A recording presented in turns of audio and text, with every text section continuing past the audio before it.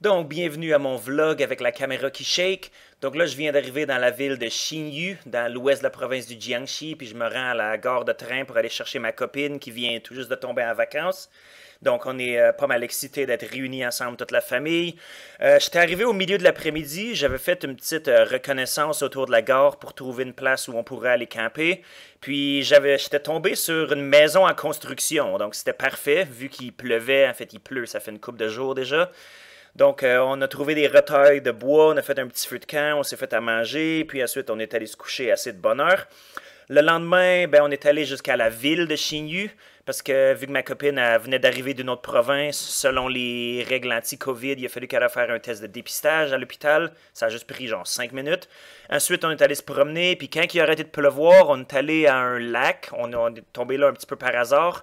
Fait qu'on a pu faire une petite promenade. Il y avait personne aux environs, à part un monsieur en train de pêcher. Il y a pas mal tout le temps du monde en train de pêcher proche de tous les plans d'eau en Chine, mais ils n'ont jamais vraiment l'air de pogner quoi que ce soit. C'est juste un petit passe-temps, j'imagine.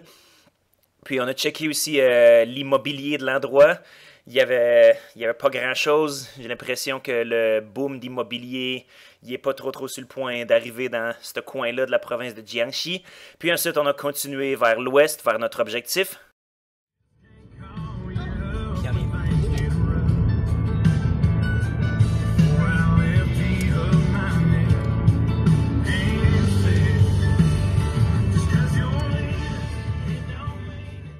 On est arrêté pour manger des nouilles dans la première ville qu'on a croisée. Puis le monsieur du restaurant, il faisait son propre alcool. Puis quand il m'a vu que je regardais ses cruches, il m'en a offert un verre. C'était de l'esti de Tort Boyau. Ça devait être au moins 50% d'alcool, cette affaire-là. Fait que du coup, c'est pas moi qui conduisais pour le reste de l'après-midi. Alors qu'on continuait vers la montagne Wugongshan, qui était notre objectif, la montagne qu'on voulait grimper le lendemain. Donc, on est arrivé là vers fin d'après-midi. Donc, on est allé à un parking de touristes où ce qu'on avait une vue assez spectaculaire. C'était des montagnes puis des collines à perte de vue. Puis j'ai sorti notre toile de tente. J'ai essayé de nous patenter un espèce d'auvent. Ça l'a semi-fonctionné, mais on avait quand même au moins un petit abri pour faire à manger en dessous de la pluie qui n'arrêtait pas. Mais au moins, il n'était pas trop forte, ce qui fait qu'on a pu quand même aller prendre une petite marche en bas de la côte vers le village. Comme vous pouvez voir, Minigo il aime bien gambader puis aller à l'aventure. Il est allé faire connaissance avec les autres animaux du village qui avaient pas trop l'air contents de le voir. En fait, il y avait une gang de chiens qui ont demandé comme « Hey, chien de la ville, t'es pas d'ici, toi, hein? »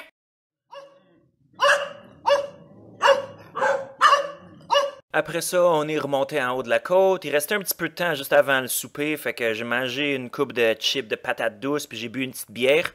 Puis c'était nice, parce qu'en arrière de la canne, il disait les usages, comment se servir de cette bière-là. Autrement, je l'aurais pas su. Le lendemain, quelle est cette abomination? Est-ce que c'est un musée d'art moderne? Non, c'est le pavillon des visiteurs de Wugongshan, qui était absolument complètement vide, même si c'est supposé être la haute saison. Vous savez pourquoi, je pense bien. Fait qu'il y avait absolument personne dans l'autobus. En fait, je me demandais même pourquoi il restait rouvert puis qu'il continuait à offrir les services pour visiteurs comme ça. Fait qu'on a pris le téléphérique jusqu'à un point intermédiaire de la montagne. Puis on voyait absolument rien parce qu'on était pogné dans le gros brouillard. C'était un petit peu dommage. Puis une fois rendu en haut, on n'était pas sorti du bois comme qu'on dit parce qu'on avait encore, je pense, 3 ou 4 000 marches à monter. Ça finissait plus, mais ça faisait vraiment du bien d'être dedans la nature puis de sortir, se dégourdir les jambes un petit peu. Puis on est arrivé à la ligne de délimitation du brouillard éventuellement où c'était vraiment spécial parce qu'il n'y avait pas de dégradé ou rien. C'était juste comme une ligne où en bas c'était gris puis opaque, puis en haut ben, on voyait le sommet de la montagne qui sortait. Puis ça l'évoquait vraiment quasiment plus de se promener sur le bord de la mer puis de regarder la rive, puis de genre, s'imaginer que c'est un océan, plutôt que de se promener en montagne. Fait que c'était vraiment une belle récompense pour avoir grimpé toutes ces marches-là.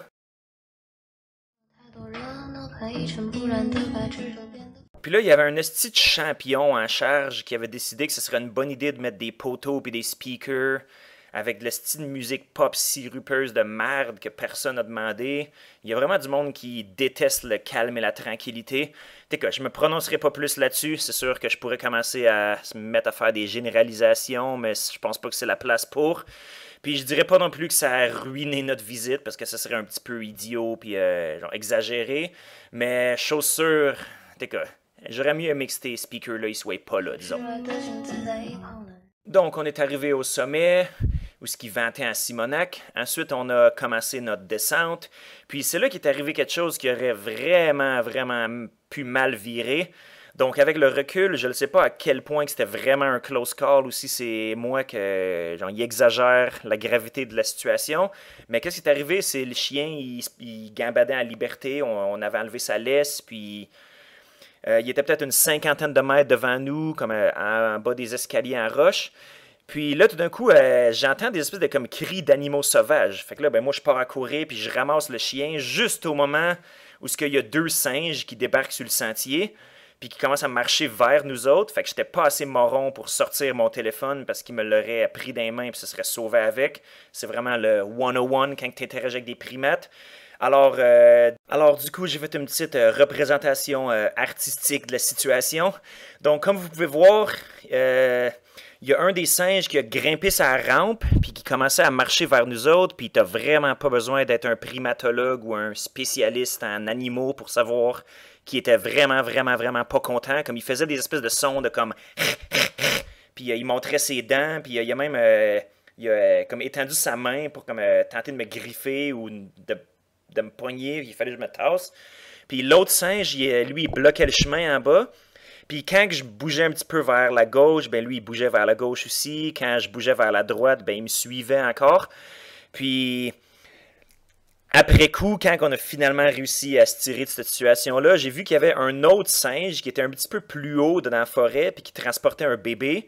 Fait que j'imagine que c'est ça qui les a fait capoter un peu parce qu'ils ont senti le chien arriver, ou peut-être ils l'ont vu ou ils l'ont senti. Puis même s'il est pas bien gros puis il a l'air un petit peu goofy, ben c'est quand même un prédateur. Ce qui fait que les singes, ils ont comme capoté un peu puis ils voulaient comme protéger leur territoire. Puis après coup, ben on a parlé en bas, comme quand on est arrivé au centre touristique puis qu'ils nous ont demandé votre visite c'était comment? T'sais, on leur a dit il y a un troupeau de singes qui nous a donné une belle petite frousse. Puis ils ont dit qu'ils étaient pas mal surpris parce que les singes habituellement ils se tiennent pas mal plus creux dans la forêt. Fait que j'imagine peut-être qu'ils voyageaient, puis que c'est ça, on est juste comme tombé au mauvais endroit au mauvais moment. Puis comment on est sorti de là, c'est ma copine, elle avait un parapluie, fait que j'ai dit de rouvrir le parapluie doucement, comme pas trop faire de mouvements brusques. Puis là, elle gardait le parapluie devant elle, puis là, le singe, il avait l'air un petit peu confus, fait qu'on a pu comme se glisser à côté de lui, puis ensuite comme continuer jusqu'en bas. Puis ouais, j'ai vraiment aucun doute que si j'étais pas arrivé là à temps ou si le chien était comme plus loin devant nous autres, ben les singes, ils l'auraient probablement attaqué. Fait que j'ai déjà eu une couple d'interactions avec des singes sauvages dans ma vie, comme en Thaïlande ou dans d'autres places en Chine ou en Afrique ou whatever. Mais celle-là, c'était vraiment, vraiment la plus épeurante de la gang. Puis en plus, il était gros en crise. C'était des espèces de comme gros macaques. Il était quasiment gros comme des chimpanzés. Je veux dire, c'était des gros molosses colosses. J'aurais pas trop voulu être dans un combat sans armes contre eux autres. En tout cas, il y a eu plus de peur que de mal. Puis une fois qu'on est arrivé en bas, je me suis fait interviewer pour la chaîne TikTok de Wugongshan. Puis ensuite, on est allé faire un petit tour jusqu'aux sources thermales à quelques kilomètres de là. Puis ça a vraiment, vraiment fait du bien après toute cette grimpée-là de se baigner un petit peu dedans de l'eau chaude. On est allé souper. La bouffe était correcte. Comme quasiment tout ce qu'on a mangé en voyage à date, c'était vraiment délicieux. Mais là, c'était juste un petit peu bof. Je sais pas, c'était trop salé, je trouvais. Puis ensuite, le lendemain, on a continué, on a bifurqué vers le nord cette fois-ci.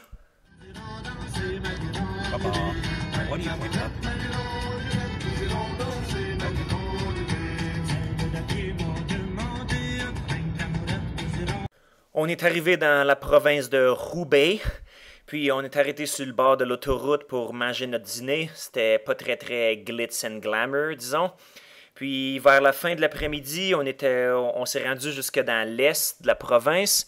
Puis vu qu'il mouillait assez haut, on voulait trouver un endroit qui était quelque peu à l'abri pour camper. Fait qu'encore une fois, on est tombé sur une maison en construction. J'ai fouillé un petit peu pour trouver des retailles de bois puis d'écorce. Puis on a fait un petit feu de camp. Puis là, ben, ce qui devait arriver est arrivé, évidemment. Il y a un char qui est arrêté sur le bord de la rue, puis il y a deux gars qui sont sortis avec des flashlights, puis qui étaient comme « Hey, qu'est-ce que vous faites chez nous? » Puis il n'y avait pas trop l'air de même comprendre comme qu'est-ce qu'on faisait là, même après nos explications. Puis il avait pas l'air super content non plus, donc on s'est excusé, puis on a mis les voiles. Puis on est allé se parker un petit peu plus loin, qui était sur le bord d'une toilette publique. Ce qui fait que le lendemain, au moins, c'était assez facile d'aller se brosser les dents puis de se laver la face. Puis là, ben, ça faisait comme 4-5 jours qu'il pleuvait quasiment comme constamment. Fait que ça limitait un peu comme qu'est-ce qu'on pouvait faire. Fait qu'on a décidé de juste couper notre voyage un petit peu au lieu de passer un petit peu plus de temps dans cette province-là. Fait qu'on s'est dirigé vers la maison. C'était un petit peu dommage, mais en même temps, c'était un petit trip assez bien rempli. Puis juste avant de quitter le Roubaix, ben, il fallait vraiment faire qu'est-ce qu'on fait dans la province de Roubaix, qui est d'aller manger du jajangmyeon, qui est un de mes plats de nouilles préférés au monde. C'est des nouilles avec une pâte de sésame, vraiment très épicée, puis ils mangent ça pour déjeuner, pour une raison quelconque. Puis c'est vraiment un de mes mets préférés. Fait qu'ensuite, on s'est dirigé vers l'est. On avait peut-être 600 ou 700 km à faire avant d'arriver à la maison.